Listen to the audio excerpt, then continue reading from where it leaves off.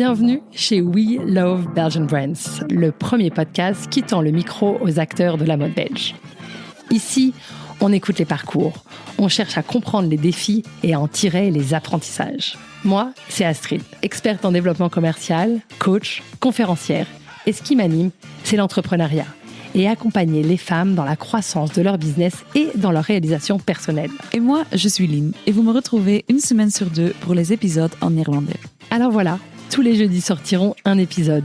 Au creux de vos oreilles, on parle vrai, on raconte ce qu'est la réalité. Le but de chaque discussion, apprendre, échanger, s'inspirer. Belle écoute! Il n'y a pas de doute, dans le secteur de la mode, il faut désormais maîtriser le digital pour réussir. Créer de la désirabilité sur les réseaux sociaux, rédiger des newsletters impactantes, gérer des campagnes et générer des ventes en ligne. Avoir le bon partenaire est alors essentiel pour avancer sereinement. Spécialisé dans la mode et le lifestyle, Lending Partners accompagne depuis plus de 5 ans des marques dans leur performance en ligne. Les retours sur Anthony, David et leur équipe sont unanimes. Ce sont de véritables experts, à l'écoute des besoins de leurs clients et orientés résultats. Découvrez leurs cas pratiques et rapports sur leur site www.lending.partners. Je suis ravie de les avoir à nos côtés et les remercie pour leur soutien à We Love Belgian Brands. Belle écoute! Bonjour à tous! Pour ce mardi, je suis avec Marie. Ah ouais, un peu facile. Hein. J'avais pas réfléchi, ouais, j'avoue. Pour ce mardi, à Bruxelles, je suis avec Marie Smith de la marque Mardi Édition, une marque de prêt-à-porter féminin qui sait nouer la simplicité avec l'élégance. Et je suis impatiente d'en savoir plus sur le parcours de Marie et puis sur ses challenges, une marque online qui a aussi ouvert une boutique, une très belle boutique à Bruxelles et qui va aussi doucement mais sûrement dans un développement wholesale. Donc, elle fait la bonne élève en ouvrant sa distribution au fameux multicanal, l'omnicanalisation, ce mot effrayant qu'on a tous sur toutes nos lèvres. Et voilà, avant de parler de tout ça, je voudrais savoir qui es-tu, Marie? Vaste question.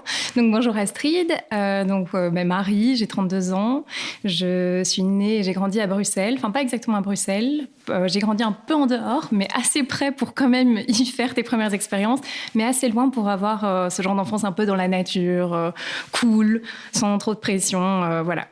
Dans une famille avec 2 frères, je suis l'aînée, et avec des parents qui nous ont toujours vraiment soutenus dans tout ce qu'on voulait faire, qui poussaient notre créativité, qui poussaient vraiment tous les projets qu'on avait envie de développer, donc hyper cool, mais qui nous mettaient aussi vachement un cadre, et je pense que ça c'est super important aussi, qui nous ramenait quand même vite fait sur le droit chemin, si on s'éloignait un peu trop quand même parfois, ce qui a fait qu'au final on a tous fait des trucs très différents, et je pense des trucs qui nous tiennent chacun à cœur, donc ça c'est quand même très lié. Chouette.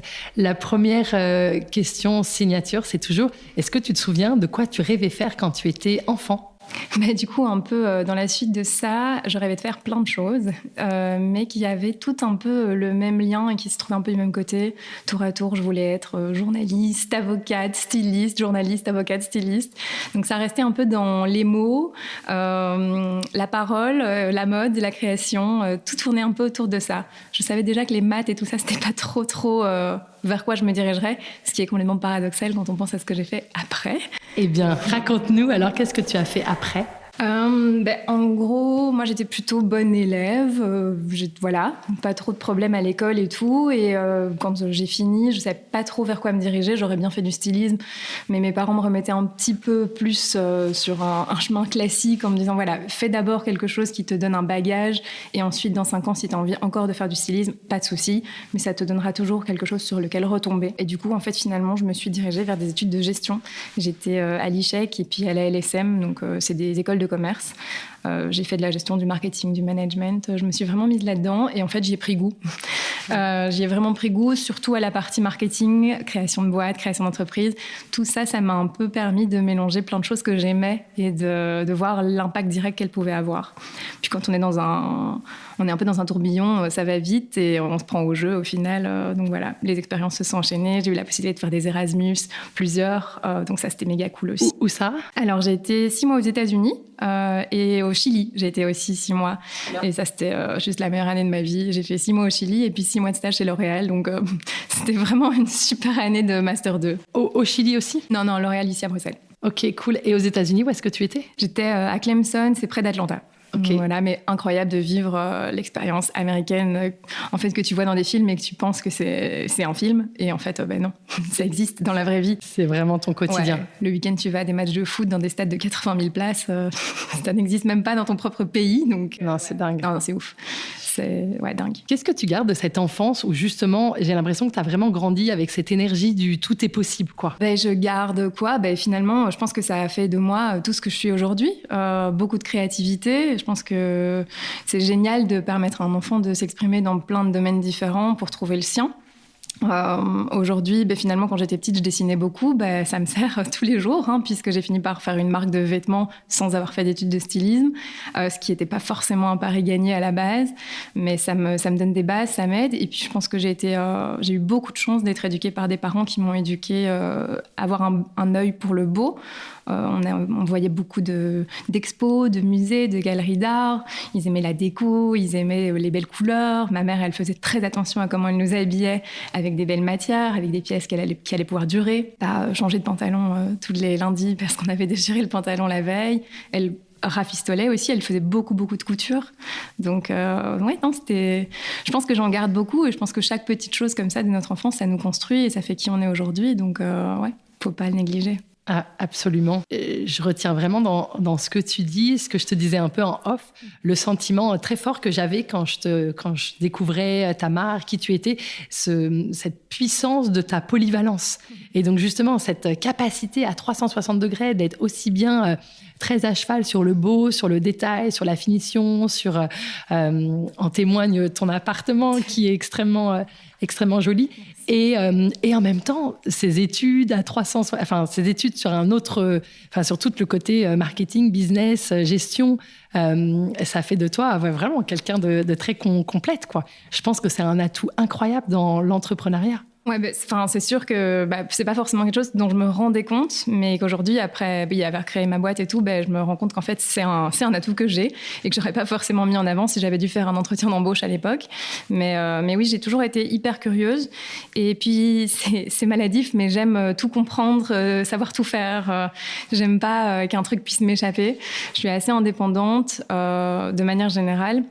Et du coup, aussi, ça vient aussi de l'éducation qu'on m'a donnée et de savoir se débrouiller en tant que fille, savoir montrer à mes frères que je sais faire moi aussi. Je trouve que c'est vraiment hyper important de donner ça à ses enfants. Et finalement, quand on grandit, on se rend pas compte qu'on l'a, mais c'est en nous. Et être curieux, s'ouvrir un peu à tout, vouloir tout apprendre. Finalement, c'est ça qui m'a amenée à faire ces études-là et qui m'amène à essayer de comprendre mon métier chaque jour aussi. Après. C'est hyper gentil de dire que je suis méga polyvalente, mais il y a plein de choses que je sais pas faire ou pas bien faire. Mais la seule chose qui est différente, c'est peut-être que quand je sais pas faire quelque chose, ça me fait pas peur. Je me dis, on va apprendre. Il y a Google, je vais taper, moi je vais regarder une vidéo, je vais comprendre comment ça marche. Et ça, c'est vraiment, les filles dans l'équipe aussi, elles le savent très bien. C'est moi, mon meilleur allié, c'est comment faire ceci sur Google. C'est genre vraiment ChatGPT, je l'utilisais bien avant qu'il existe, en posant des questions, en regardant des vidéos et les tutos. J'en ai regardé mais des centaines avant de faire le site, par exemple. Et pour le coup, l'entrepreneuriat, c'est vraiment le meilleur chemin pour les gens curieux qui veulent apprendre, quoi. Après, je pense que justement, tout ça, c'est lié. Si t'es curieux, t'as envie de faire un truc toi-même, t'es indépendant, tout ça, c'est super lié. Donc. Et avant de lancer Mardi Édition, qui date de 2019, si je me trompe pas, qu'est-ce que t'as fait avant? Quelles ont été les premières? Donc ça s'est enchaîné assez vite. Donc je disais tout à l'heure, j'ai fait un stage de fin d'études chez L'Oréal, puis j'ai un peu continué là. Et en fait, via, je suis rentrée chez Clio Goldbrenner, qui venait de lancer sa marque à l'époque. Ça avait, je pense, 1 ou 2 ans. Et elle avait avant travaillé chez L'Oréal dans l'équipe dans laquelle moi j'étais. Donc coup de chance, je l'ai rencontrée. super match. Je me souviens que je suis allée à cette interview sans trop vouloir le job parce que je voulais à ce moment-là rester chez L'Oréal. Et en fait, je suis ressortie de là et j'étais là dans mes matchs humains à fond. Et surtout méga gai de pouvoir participer vraiment au développement d'une marque. Moi qui avais toujours su que je voulais faire un truc par moi-même, ça me permettait d'être à la meilleure école possible. Ouais, donc tu sortais d'une grosse boîte comme L'Oréal à une vraie aventure entrepreneuriale, quoi. La boîte avait combien de mois ou d'années ? Je pense que la marque avait 2 ans. 2 ans, je pense. Et tu étais un de ses premiers employés ? J'étais à 3e et le jour où j'ai commencé, on était 2 à commencer. Et c'est devenu d'ailleurs, la personne avec qui j'ai commencé, c'est devenu une amie hyper proche encore aujourd'hui. Donc ça fait, 10 ans. Et vraiment, on se voit encore tout le temps et c'est vraiment une amie super proche. On a commencé le même jour chez Clio et on avait le même boulot. Et une semaine après, on était à 2 dans une voiture avec la collection de notre coffre. On devait partager un lit à l'hôtel. On était, super. Direct dedans. Cool. Et bonne en recrutement, dis donc, Clio, parce que ça a été un match. Franchement, bonne en recrutement. Ces années-là, je les oublie pas du tout. Déjà, elles m'ont permis de faire ce que je fais aujourd'hui. J'ai appris énormément. J'ai changé beaucoup de fonctions chez Clio, parce que quand c'est une petite boîte qui grandit vite, il y a vite de nouvelles fonctions qui se mettent sur le tapis et il faut que quelqu'un prenne le truc. Et on se redispatchait un peu les rôles très régulièrement. Et puis, on avait une vraie... il y avait un truc entre nous. On était un groupe de filles qui développaient une marque qui était en plein boom. Il y a un truc hyper excitant, hyper exaltant de travailler pour une marque qui explose. Hein. Franchement, c'est dingue. Et t'avais quel âge, du coup? On parle de... 23. Ouais, vous étiez des bébés. Ouais. C'est génial. Vraiment, quand on y pense, ouais. Non, mais c'est super. Donc, en effet, c'est hyper excitant, j'imagine, de vivre cette aventure. En fait, tu commences jeune si tu fais ton parcours un peu de façon classique, sans partir vivre à l'étranger 1 an ou redoubler d'année ou trop changer de trajectoire. Finalement, tu commences à travailler super jeune, quoi. Quand tu y penses, c'est super jeune. Et du coup, même parfois, quand je prends du recul, je me dis, putain, mais je suis encore super jeune par rapport à tout ce que je peux faire dans l'entrepreneuriat, quoi. Et en même temps, c'est super de commencer jeune et d'apprendre très vite et d'avoir aussi un peu cette inconscience, tu vois, cette innocence, cette légèreté de la jeunesse. Je trouve que ça complètement apporte. Après, je regrette pas du tout d'avoir travaillé pendant quand même 5 ans avant de lancer Mardi. Je pense que c'est risqué peut-être de se lancer direct et chaque jour, ça me sert. Ce que j'ai appris pendant toutes ces années chez Clio ou même chez L'Oréal ou ailleurs. Je pense vraiment que l'expérience, elle est hyper bénéfique. Hyper, hyper, hyper bénéfique et j'utilise tous les jours ces trucs-là et je crois pas que j'aurais été capable de le faire. Aussi naïve et curieuse que je pouvais l'être, j'aurais pas été capable de le faire sans ça. Ouais, je comprends tout à fait. Et alors, raconte-nous Mardi Édition, qu'est-ce que c'est ? Pourquoi Mardi ? Ça ferait plaisir à mon papa que je le dise, parce que lui est persuadé que c'est Mardi, parce que c'est Marie et Didier, mais pas du tout. Juste non. Mais pourquoi Mardi ? En vérité, y a pas la vraie explication, elle est nulle. C'est que je cherchais un nom pour la marque ou pour le concept que j'allais lancer, et je suis tombée là-dessus et j'arrivais plus à m'en détacher. Mais l'explication marketing derrière, c'est que finalement le mardi c'est super intemporel, ça se réinvente tous les mois, ça se réinvente tous les ans. Et quand le concept de Mardi, le vrai concept de vestiaire d'essentiel est né, j'étais là mais waouh, il y a tellement un match entre le nom que j'adore, qui se rapproche de mon prénom, qui a ce côté très sobre, très épuré, que tout le monde peut retenir, que tout le monde peut écrire aussi, pas une orthographe compliquée. Et finalement le concept de vestiaire d'essentiel durable, c'était un peu une évidence.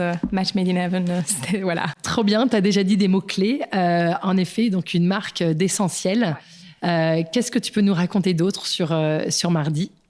Du coup, quand j'ai créé Mardi, ça faisait quelques années que je bossais chez Clio et la mode, ça a toujours été un truc que j'adorais. Ça, c'est depuis toujours. J'aime m'habiller, j'aime les vêtements, j'aime les matières, j'aime les couleurs, j'aime tout ça. Mais moi, j'ai toujours eu mon style assez sobre, assez classique, intemporel. J'aime les couleurs neutres. Je suis pas spécialement la plus grande fan d'imprimés qu'on va trouver, etc. Et pour moi, c'était finalement une façon de m'habiller qui était hyper durable aussi. Parce que quand on achète une belle pièce dans un beau bleu marine, finalement, on peut la porter pendant des années. Elle reste dans notre armoire et on s'en lasse pas. On peut la remélanger, même si on change de style, on pourra la remélanger avec d'autres pièces. On pourra la mélanger avec un imprimé super fort, etc. Et je commençais à trouver de moins en moins de pièces comme ça dans les marques où j'allais m'habiller. Je trouvais de moins en moins de pièces qui, finalement, me représentaient. Donc ça, c'était le premier constat. C'était quoi, à l'époque, les marque qui te... Un peu comme tout le monde à l'époque, donc j'avais une vingtaine d'années et c'était l'essor de Bache, Mage, Sandro, Zadig, Claudie Pierlot. C'était cette époque-là, hein. Donc oui, un peu comme tout le monde, mais ils allaient tous de plus en plus vers de la couleur, vers des imprimés, vers voilà, ou bien des looks très rock ou des choses comme ça. C'était très poussé en fait. On poussait vraiment l'identitaire à fond. Et finalement, moi, j'aimais plus quelque chose d'un peu sobre que tu peux twister et que chacun peut s'approprier. Et puis surtout, j'aimais les belles matières, les beaux tombés, les tissus bien lourds, etc. Et ça, on en trouvait de moins en moins. Donc, j'ai commencé un peu à m'intéresser à tout ça et faire le constat, en fait, que à l'époque, on commençait un peu à faire, que la mode était vraiment un gros pollueur. Finalement, vraiment, c'était une cata. Et à l'époque, c'était tout nouveau. Hein. Personne y a prêté trop attention. Et d'ailleurs, aujourd'hui, c'est pas encore non plus dingue. En faisant tout ça, en regardant un peu tout ça, je me suis rendu compte que finalement, un des plus gros problèmes, c'était aussi, ça partait de la matière. Donc, les matières utilisées aujourd'hui dans le textile, c'est majoritairement des matières synthétiques, donc qui proviennent du pétrole, du plastique, en gros. Et que quand c'était des matières naturelles, ça allait être plutôt du coton, mais du coton conventionnel, donc des pesticides, beaucoup d'eau, etc., etc. Donc finalement, la matière était quand même vachement problématique aussi. Et pour moi, il y a eu un peu un espèce de truc où je me suis dit, pourquoi pas essayer de faire un concept où finalement, c'est investir avec des essentiels, des pièces que tu peux porter à travers les années, à travers les saisons. Et en plus de tout ça, ils vont être faits bien. Donc, ils vont être faits près de chez nous, par des gens qui savent ce qu'ils font, que je peux aller, à qui je peux expliquer mon concept. Et puis aussi, ils vont être faits avec des belles matières, c'est-à-dire des matières naturelles, biodégradables ou bien au moins upcyclées, etc., quoi. Et comment tu as trouvé ces premiers fabricants qui se sont lancés avec toi ? Ça, c'était la belle galère que je n'avais pas imaginée. Tu sais, moi, quand j'ai commencé, j'étais un peu novice. Je ne savais pas du tout comment on faisait pour créer sa marque ou quoi que ce soit. Et le truc qui a été le plus long, c'était de trouver les partenaires. Et après, une fois que tu as les partenaires, je trouve que tout s'enchaîne super vite. Mais trouver les partenaires, les identifier et lancer la relation ensemble, ça, c'est long. Comment j'ai fait ? J'avais bien appris chez Clio à y aller au culot. Et du coup, j'ai contacté plein d'usines au Portugal en leur disant que j'étais sur place, ce qui était complètement faux. J'étais à Bruxelles et j'y suis allée en me disant voilà, je suis sur place, je peux vous voir demain, je lance une marque, on ment un peu, hein, on rend l'histoire jolie et puis finalement voilà. Faut pas croire que tout était facile parce que j'ai eu, je pense, genre 20 rendez-vous et j'ai eu 10 portes fermées et 5 peut-être, mais quand même, et peut-être 2 où ça a vraiment matché, quoi. Waouh. Non, mais je pense que c'est même important de le dire, que la mode, c'est vraiment une question de persévérance, de culot. J'aime bien ce mot, quoi. D'oser, d'audace. Sans ça, c'est compliqué. Non, ouais, c'est complètement compliqué. C'est quoi ta réalité aujourd'hui ? Donc, je l'ai un peu dit en intro, tu as une boutique, tu développes le online et le wholesale. Comment ça se passe pour toi aujourd'hui ? C'est quoi la répartition et la réalité ? Donc du coup, nous ça a été un peu... j'ai lancé la marque en septembre 2019 avec une petite collection de genre 6 pièces et assez rapidement, à la base, je me disais je vais que la lancer en ligne, je crois à fond dans ce business model online à la Cézanne, voilà.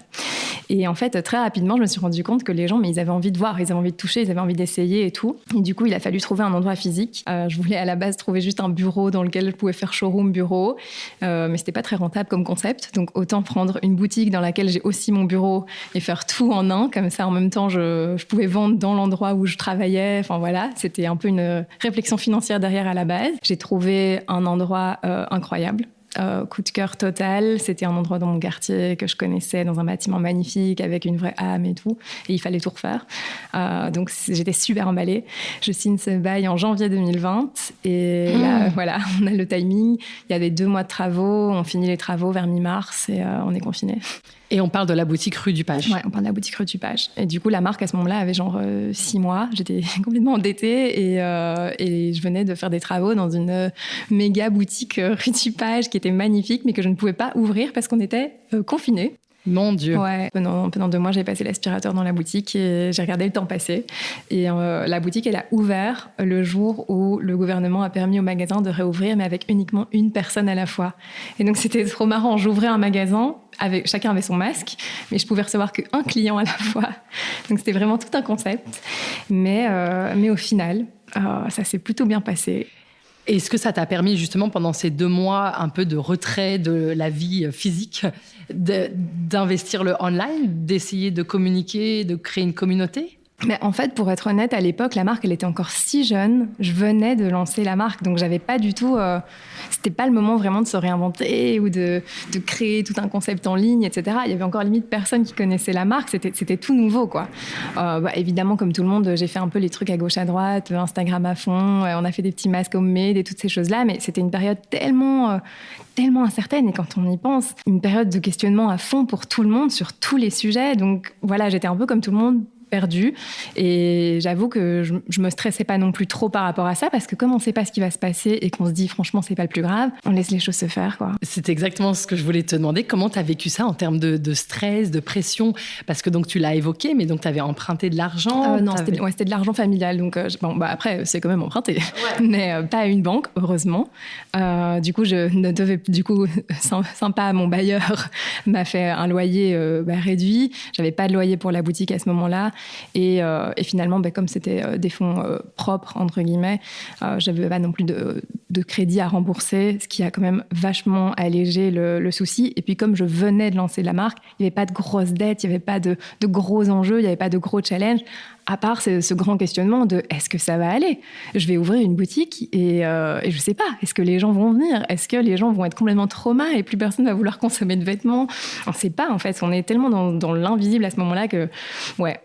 Je crois que la solution, ça a été d'être un peu naïf et de pas trop se poser de questions, justement. Ouais, je pense. De continuer, d'y croire, de rester en confiance et d'avancer. Et donc, du coup, quand tu as réouvert, comment ça s'est passé? Les gens étaient là? Les gens étaient curieux? Les gens étaient là et merci. Vraiment, merci à eux. Et s'il y en a qui écoutent, mais merci tous les jours, quoi, vraiment. Ils ont lancé la marque, clairement. Les gens étaient là, pas que des amis, les gens du quartier, les gens de partout, des gens qui étaient curieux, des gens qui voyaient un nouveau magasin ouvrir, etc. Faut dire que l'emplacement est vraiment top. Donc, je pense que ça nous a aidé beaucoup. Mais non, clairement, les gens étaient là. Et j'ai encore des clientes aujourd'hui qui sont des clientes qui ont découvert 2 semaines après l'ouverture en mai 2020, quoi. C'est super. Et du coup, c'était ça ton point de départ, d'être une boutique physique? Du coup, tout a changé parce que si on regarde le business plan que j'ai déposé à la banque avant de créer la société en 2019, il n'y a pas de magasin physique. Donc, faut rire parce que 6 mois plus tard, en fait, il y en a une. C'est pour ça aussi, je dis souvent, j'ai des copines ou quoi qui lancent des business et je suis souvent là, vous formalisez pas trop sur le business plan parce que franchement, un business est aussi fait pour évoluer. Il y a tellement de choses qui changent vite et il faut juste être un peu agile et saisir les opportunités quand elles se présentent. Et ouais, on n'a pas toujours ce réflexe-là. On veut toujours faire très bien direct. Et en fait, moi, la preuve en est, 6 mois après le lancement de la marque, j'ouvrais un magasin alors que dans mon business plan, c'était que du online. C'est vrai que c'est dingue. Et du coup, tu me disais aussi quand on discutait que vraiment, une boutique et une marque, c'est presque 2 métiers différents. Ouais. C'est 2 entreprises différentes. Comment tu conjugues ça aujourd'hui? Aujourd'hui, mieux.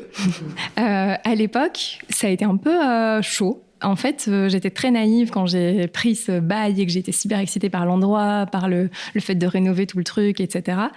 Hyper emballée aussi parce que les clients étaient là, voilà. Et j'avais pas trop de matière de comparaison, donc j'étais pas spécialement en train de regarder mes chiffres tout le temps, etc. Mais je me rendais pas compte à quel point un magasin, c'est un deuxième business, quoi. C'est 2 business distincts. Il y en a un où on a une marque, on fait des vêtements, on crée une image, on a une communication, tout ça, c'est ce qui va autour. Et il y en a un deuxième où on a un point de vente physique avec du personnel, des choses à gérer. Il faut tenir ça comme une maison, il faut avoir du stock, il faut que les étagères soient remplies, il faut qu'il y ait des codes barres, des prix, un logiciel de caisse. Enfin, tous ces trucs-là, c'était des trucs en plus, quoi. Même des bêtises, mais il a fallu mettre en place un logiciel de caisse qui soit compatible aussi avec notre site. À l'époque, mon site était chez Clio, on était sur un WordPress. Donc moi, quand j'ai lancé la marque, j'ai fait un WordPress. Mais quand j'ai ouvert la boutique, WordPress, il n'avait pas de logiciel de caisse compatible. C'était une galère. Donc, on a dû tout passer sur Shopify. Et merci, Dieu soit loué, Shopify existe. C'est incroyable. Je ne peux que le recommander à tout le monde. Franchement, ouf, ça a changé tellement de choses. Le logiciel de caisse, le stock, tout ça, c'est toutes des choses qu'il faut prendre en compte. Ouais, j'entends que tu es quand même quelqu'un d'hyper agile. tu rebondis très vite, t'es dynamique, tu gardes la pêche, t'es confiante. La pêche, ça dépend, mais rebondir, ouais, vraiment. Vraiment. Et ça, c'est un truc que je dis tout le temps aux filles aussi dans l'équipe, c'est moi, je m'en fous de qui est responsable de quoi, de qui a cassé le truc, de qui a fait quoi. C'est pas du tout mon problème. Moi, mon problème, c'est qu'on trouve une solution. Et des solutions, il y en a plein. Et si c'est pas la solution du plan A, franchement, c'est pas grave. Personne le sait à part nous trois. Il y a vraiment personne qui sait qu'en fait, on était censé lancer des jeans ce vendredi, mais qu'on va les lancer aujourd'hui. Personne le sait, à part nous trois. Il faut juste que dans notre communication, ce soit OK, quoi. C'est bien d'avoir cette capacité d'adaptation. Je pense que c'est clé dans l'entrepreneuriat. C'est quoi tes plus grandes fiertés aujourd'hui? Honnêtement, je suis fière de tout ce qu'on fait. À chaque fois, chaque petite chose, c'est une fierté. On va faire notre premier pop-up à Paris. Je vais être méga fière qu'on ait fait ça tous ensemble. En plus, c'était dans des conditions cata. Il a fait que pleuvoir. On avait un échafaudage devant la vitrine qui n'était pas prévu. Enfin, tous des trucs du style. Moi, ouais, c'est une fierté de se dire au final, ça a bien marché, on a réussi notre pari. Moi, une grande fierté pour moi, par exemple, c'est les clients qui reviennent et qui reviennent et qui reviennent. Je travaillais dans la boutique la semaine passée et on avait fait un petit événement avec nos meilleures clientes et il y en a qui sont clientes vraiment, comme je disais, depuis mai 2020. Pour moi, c'est une méga fierté. Ça veut dire qu'elles aiment, a priori, si elles reviennent. Ou bien des clientes qui viennent et qui disent « ma copine m'a dit que… » Je me dis « c'est génial ». A priori, on va pas parler à nos potes d'une marque qu'on n'a pas trop aimée. Hyper fière aussi de l'équipe. Enfin voilà, ouais. Toutes ces choses-là, c'est des trucs qui me montent. Enfin, c'est chouette. À partir de combien de temps tu as eu ta première employée? J'ai eu ma première employée, c'était en fait une ancienne stagiaire que j'ai engagée et c'était 1 an et demi après l'ouverture de la boutique. En fait, quand j'ai ouvert cette boutique, du coup, il a fallu un peu remettre les choses en perspective. C'était le Covid. J'allais pas engager quelqu'un. À la base, l'idée, c'était d'engager une vendeuse, mais du coup, cette idée-là, je l'ai enlevée. Et donc, j'ai travaillé, moi, toute seule dans la boutique pendant 1 an et demi. Et du coup, je faisais la vente en boutique. Et puis, j'avais un petit bureau à l'arrière. Je faisais la création à l'arrière, un peu de compta, un peu de finance, un peu d'admin à l'arrière. Il y avait une petite sonnette quand les gens passaient la porte. Elle est d'ailleurs toujours là. Et quand les gens passent la porte, ça fait ding-dong. Et je me lève et je vais dans la boutique et je fais la vente. Et ça, j'ai fait pendant 1 an et demi, 2 ans presque. Ouais, vraiment, la polyvalence. C'est tous les samedis et tout. Mais moi, j'ai adoré faire ça. Et j'adore encore le faire, d'ailleurs. J'ai adoré faire ça et j'ai tellement appris. Travailler dans un magasin, c'est incroyable. Enfin, on apprend, c'est ouf. On apprend tout direct. Les clients sont là, elles font leur retour directement. Elles essayent le pantalon, elles sortent de la cabine, elles disent, il y en a 4 qui disent il est trop court. Moi, dans ma tête, je mets une note, pantalon trop court, hop, celui-là, il est 5 cm plus long la saison suivante. Hein. Ouais, c'est du retour en direct, c'est du feedback et tout, c'est dingue. C'est vrai que c'est super ce que tu dis et je pense qu'il y a beaucoup de marques où parfois il y a un peu une décorrélation entre le créateur, l'esprit créatif, le studio et puis la réalité du terrain. Là, on sent vraiment que tout est très cohérent pour toi, quoi. C'est tout de suite pour être porté, pour être vu, pour que ça soit acheté, quoi. Aujourd'hui, ton chiffre d'affaires, il se divise comment par rapport à la boutique, le online? C'est vraiment la boutique, c'est vraiment donc le retail qui tire tout. Le online, aujourd'hui, ça représente 10% du business. Ceci dit, au début, je trouvais que c'était faible, mais au plus j'en parle autour de moi, au plus je me rends compte qu'en fait, chez tout le monde, ça représente plus ou moins cette part-là du business. Donc, c'est frustrant parce qu'au début, on se dit... Avec le online, je touche le monde entier, je peux vendre partout en Europe, il n'y a pas de limite et tout. Et donc, on a l'impression que ça va faire beaucoup plus qu'un point de vente physique. Mais il n'y a rien à faire. Online, c'est tellement différent. Enfin, après, chaque canal a ses challenges. Mais par exemple, dans la boutique, moi, je suis là pour conseiller. Je peux expliquer s'il y a un problème de taille. Par exemple, dire ce pantalon est taille grand. Les gens, ils vont toucher les matières. Ils vont se rendre compte de comment c'est. Si une laine gratte, ils ne vont pas la prendre. Mais ils vont aussi toucher qu'une chemise est dans un super beau tissu un peu lourd, ce qu'on ne peut pas forcément voir en ligne. Donc ça, c'est parfois un peu plus dur. Et forcément, on convertit mieux dans la boutique. Après, en ligne, il y a aussi des challenges. Ça, c'est sûr. Les tailles et toutes ces choses-là, c'est compliqué. Une vente en boutique, par exemple, a priori, c'est une vente ferme. Les gens, ils ont essayé, ils ont touché, ils ont vu. À part si c'est des cadeaux, ils partent avec, ils ne le ramènent pas. En ligne, on ne sait jamais. Parfois, on a des super gros tickets comme ça en ligne, on est super excités. Et puis, dans ma tête, je suis là, mais qu'est-ce qu'elle va rendre? Ah ouais, bien sûr. Et puis, tu commences à développer le multimarque, donc le wholesale. Ça, c'est aussi une manière peut-être de se développer plus loin que Bruxelles, quoi. d'aller plus loin. Comment ça se passe pour toi aujourd'hui ? Alors, ça vient de commencer. C'est genre tout récent. C'est quelque chose que j'avais dans ma tête. En fait, c'était mon boulot. Quand j'étais chez Clio, au début, quand j'ai commencé, c'est ce que je faisais. Puisque nous, on était surtout en wholesale chez Clio. Mais j'avais pas forcément envie de le faire avec ma marque. Parce que j'avais souvent ce ressenti que quand on fait du wholesale, on perd un peu parfois son image de marque parce que le produit est pas forcément bien mis en valeur. On perd aussi, on sait pas, les marques avec lesquelles on est représenté. Enfin voilà, plein de petites choses comme ça. Puis nous, on était dans un business sans solde. On a décidé chez Mardi de ne pas faire de solde, on ne fait jamais de remise sur nos prix. Donc c'était un gros challenge avec le wholesale parce qu'eux, ils font ce qu'ils ont envie après. Je ne peux pas leur imposer de garder mon stock.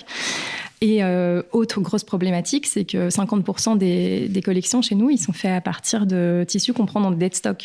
Donc c'est du tissu qui est récupéré dans les stocks dormants de grandes maisons de luxe ou même de fabricants de tissus. Mais ce tissu-là, par défaut, il est en quantité limitée, puisque c'est pas du tissu que je fais produire. Donc, je ne pourrais pas le vendre sur commande à des revendeurs. Ça fonctionnerait pas, en fait, puisque je pourrais pas derrière produire la quantité qu'ils ont commandée. Donc, tout ça, c'était des problématiques qui faisaient que depuis le début, le wholesale, je l'avais un peu laissé dans un coin et j'y touchais pas trop parce que je me disais, c'est pas le moment.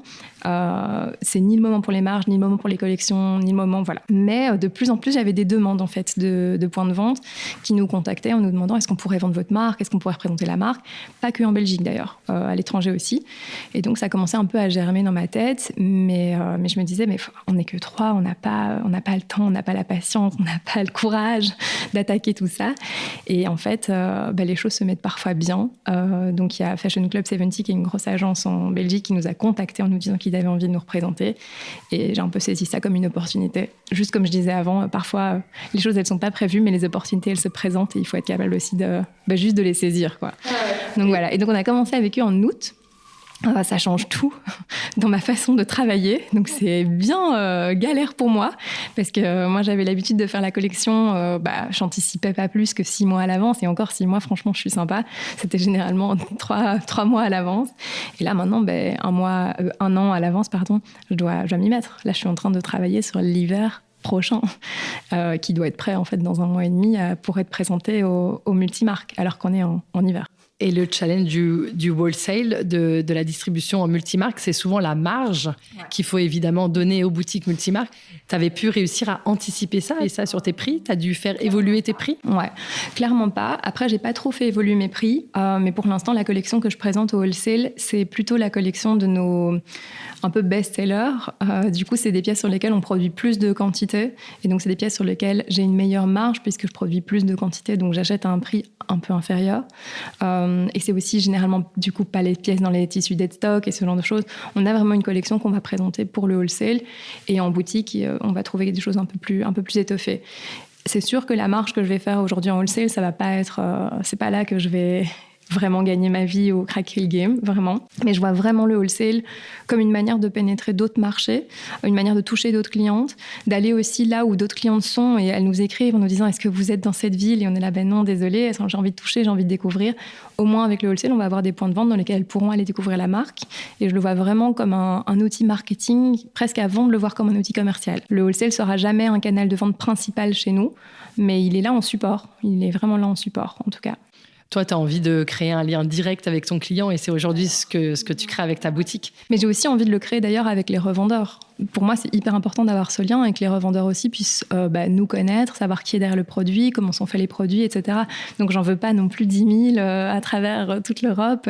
C'est vraiment pas la stratégie. Donc, on va voir comment ça se passe. Là, c'est le tout début. Ça a quand même bien démarré. Donc, ouais, on va voir. Et tu voudrais aller rendre visite à toutes ces boutiques multimarques ? J'aimerais bien, mais bon, le temps, faut le trouver. Hein.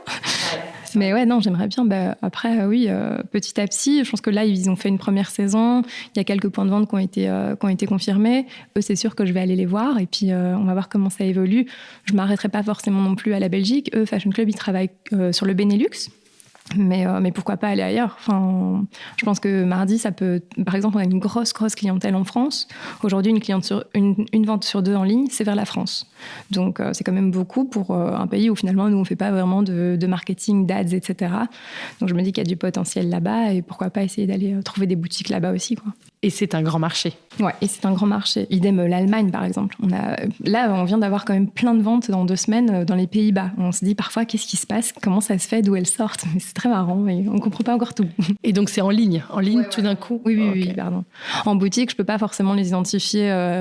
On prend les adresses et tout quand ils créent des comptes clients, mais en boutique, c'est différent. Et par exemple, quand tu parlais de la France, tu as dit que tu avais déjà fait un pop-up. Ouais. Et donc, ça, c'est aussi une manière de travailler ta notoriété. Tu te fais accompagner aussi après en termes de presse ou en termes d'influence, de marketing. Comment tu fais pour travailler ta notoriété sur des marchés comme la France où tu n'es pas toute seule? Non, effectivement, je ne suis pas toute seule. Alors non, pour l'instant, on se fait pas accompagner, ni pour l'influence, d'ailleurs on en a quasiment jamais fait, ou jamais fait d'ailleurs, ni pour la presse. J'ai été accompagnée dans le passé pour la presse, par Top Secret, je sais que tu as rencontré Marine justement, et puis aussi par Jules, donc par différentes personnes. Mais je pense que ce n'était pas forcément le bon moment. Ça représente quand même un gros budget, et c'est marrant parce que j'ai écouté l'épisode de Marine, et elle en parle et je me suis dit c'est vraiment ce qui s'est passé dans notre cas. Ça représente un budget conséquent et quand on démarre, quand on lance une marque et que notre but c'est vraiment de la faire exploser, il faut quand même se rendre compte que ce budget c'est pas forcément le premier budget qu'on a envie de dépenser. En tout cas, à titre personnel, l'argent quand il rentre, moi je préfère le mettre dans le produit, les collections, le développement commercial, que dans tout ça, quoi. J'ai pas encore, c'est un peu de l'extra-money pour moi, de pouvoir se permettre de se payer une agence presse, une agence de Facebook Ads et toutes ces choses-là. Et ouais, il faut un peu se recentrer et je préfère mettre cet argent dans même engager un profil en plus dans l'équipe pour développer autre chose, voilà. Ce serait quoi le profil dont tu aurais besoin dans l'équipe? On a besoin de plein de profils. Aujourd'hui, déjà, j'ai beaucoup de chance, c'est parce que j'ai une équipe hyper multitasking. Comme toi. Ouais. Donc ça, c'est cool. Mais par exemple, quelqu'un qui serait hyper spécialisé e-commerce et qui pourrait nous aider vraiment sur cette partie-là, à le gérer, à le suivre. C'est quand même un vrai boulot, quoi. Pour moi, il y a deux magasins. Il y a la boutique physique et puis il y a l'e-commerce. Quelqu'un qui ferait du développement commercial. Si on veut ouvrir d'autres magasins, on va en avoir besoin clairement, mais aussi suivre justement les clients wholesale, pouvoir aller chez eux, pouvoir faire le suivi des commandes. Il y a tout un suivi logistique là derrière aussi. Ça c'est un truc qu'il ne faut pas négliger quand on se lance dans le wholesale. Donc ouais, voilà. Tu fais des énormes journées. C'est vraiment un job où ça va. T'arrives à... Non, je fais pas des énormes journées. Mais par contre, en termes d'heures, je veux dire, je travaille avec des horaires tout à fait normaux. Mais par contre, je travaille beaucoup dans ces heures-là. Donc, il n'y a pas de pause, il n'y a pas de lunch de 2 heures, il n'y a pas ce genre de choses. Mais j'ai toujours fonctionné comme ça, même quand j'étais étudiante et que j'étudiais avant mes examens. Je travaillais jamais le soir, par exemple. J'ai jamais fait ça. J'ai jamais fait des nuits blanches où j'étudie, ce genre de trucs. Moi, j'ai besoin de mon time off. Et par contre, du coup, c'est intense quand c'est occupé. Ah ouais, une vraie densité. Ouais. Et je te sens aussi très concentrée quand même. Tu vois, tu t'éparpilles pas, tu sais où est-ce que tu vas. Tu as une vision assez claire de où est-ce que tu vas aller dans 2 ou 3 ans. C'est ça. Ouais, parce que vraiment, si pour il y a moi, des gens qui doivent se marrer, à mon avis, s'ils écoutent l'épisode. Non, en fait, j'ai une vision. Mais pour moi, elle n'est pas figée. Elle n'est pas figée parce que j'ai trop appris par le passé que c'est en saisissant les bonnes opportunités que les choses, elles se mettent vraiment bien. Et donc, j'ai un peu une vision dans ma tête de vers quoi je vais, mais je ne sais pas te dire si c'est dans 3 mois, dans 6 mois, dans 1 an. Je ne sais pas te dire si c'est telle chose qui va venir avant telle chose. Ce genre de truc, en fait, je déteste cette question de tu te vois où dans 5 ans. On sait tous plus ou moins vers quoi on va, mais le chemin, il y en a tellement des options de chemin, en fait. Ouais. Et c'est ça qui est chouette d'ailleurs, hein, évidemment. Non, mais ce que j'aime bien, c'est que je te sens vraiment comme une équilibriste. Je trouve que tu as l'agilité, le dynamisme de voir un peu ce qui se passe, tu tentes, tu testes des choses, mais tu prends vite des décisions, tu vois. Mais ça, par contre, oui. Tu vois, c'est ça que je ressens. Ça, oui. Ouais. J'ai pas besoin de... Enfin, les décisions, elles sont vite prises. Mais moi, je trouve ça super chouette. On peut arriver le lundi matin au bureau et on se dit, on a envie de faire ça. Et directement, on se dit, OK, c'est parti, on change tout le truc, on change l'ordre des newsletters, on décide de faire un lancement une semaine plus tôt, une semaine plus tard. On va shooter le lundi passé, on se dit, il fait beau, on est allé shooter jeudi. Enfin, c'est hyper cool, en fait, d'avoir toute cette liberté-là. Et ça, c'est vraiment la liberté incroyable de l'entrepreneuriat. Après, c'est une liberté qu'on acquiert en travaillant beaucoup parce qu'il faut quand même que ça suive derrière, mais ouais. C'est clair. C'est hyper inspirant de t'entendre, de te voir toute seule avec une équipe de 3 à mettre toutes ces choses en place. C'est quoi aujourd'hui tes plus grands challenges? Wow, mes plus grands challenges... moi, par exemple, un vrai challenge que j'ai, c'est l'humain. parce que j'ai tendance, et justement c'est un peu ce que tu disais, mais j'ai tendance à avancer tête baissée, à foncer. Les décisions, elles sont vite prises, il faut que ça avance, etc. Et parfois, j'ai un peu tendance à malheureusement oublier les gens sur le trajet. Et l'humain, les équipes et tout, ça a vraiment été un challenge pour moi. C'est la partie la plus dure. Enfin, c'est ni la finance, ni la compta, ni le marketing, ni l'influence, ni quoi que ce soit. Le plus dur pour moi, c'est vraiment les gens, que tout le monde fonctionne différemment. Je pense quand même être assez sensible et donc parfois je vais avoir du mal à m'adresser à certaines personnes de la bonne façon. C'est vraiment un vrai travail que je dois faire et que je fais sur moi, j'espère, pour pouvoir construire une équipe qui fonctionne bien, quoi.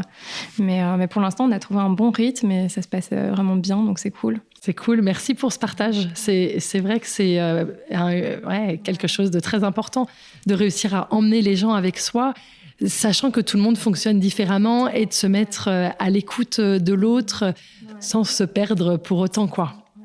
Et je pense, mine de rien, que quand tu réussis ça, tout suit. Parce que si tu arrives à emmener ton équipe et que tu construis une équipe aussi avec des profils super différents et super qui marchent ensemble, en fait, tu as un peu tout le reste qui suit assez naturellement.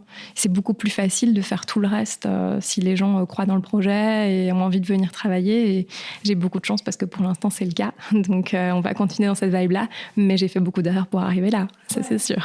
Mais c'est chouette de te remettre en question et d'essayer d'aller vers cette connaissance de toi qui te permet de mieux grandir et d'aller dans la bonne direction à plusieurs, quoi. Trop bien. On va voir.